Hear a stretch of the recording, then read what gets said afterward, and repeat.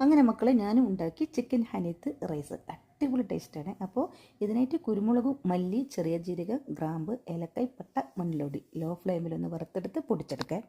Chicken ഇതുപോലെ ഒന്ന് കുത്തി വെച്ചെടുത്തതിന് ശേഷം പൊടിച്ചെടുത്ത അയൽ മസാലപ്പൊടിയും അതിലേക്ക് 2 മാഗി ക്യൂബ് വിനാഗിരിയും ചേർത്ത് നന്നായി ഒന്ന് പെരക്കി അരമണിക്കൂർ മാറ്റി വെക്കണേ.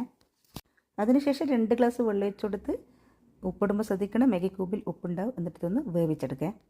ഒരു 10 മിനിറ്റ് ചിക്കൻ വെന്തതിന് ശേഷം ചിക്കൻ മാറ്റി വെക്കേ. അപ്പോൾ നമുക്ക് വെള്ളം ആവശ്യമുണ്ട്. മറ്റൊരു പാത്രം വെച്ചുകൊടുത്ത് ഓയിൽ വെച്ചുകൊടുത്ത് ഗ്രാമ്പ്, ഏലക്കായ ഇട്ട് കൊടുത്തതിന് ശേഷം 2 സവാള നേർങ്ങനെ കട്ട് ചെയ്തതും അതുപോലെ 2 തക്കാളി, 1 ക്യാപ്സിക്കം ഇട്ട് നന്നായി വഴറ്റിയതിന് ശേഷം നമുക്ക് ചിക്കൻ വേവിച്ച വെള്ളം എക്സ്ട്രാ 2 ഗ്ലാസ് വെള്ളം കൂടി ചേർക്കണേ.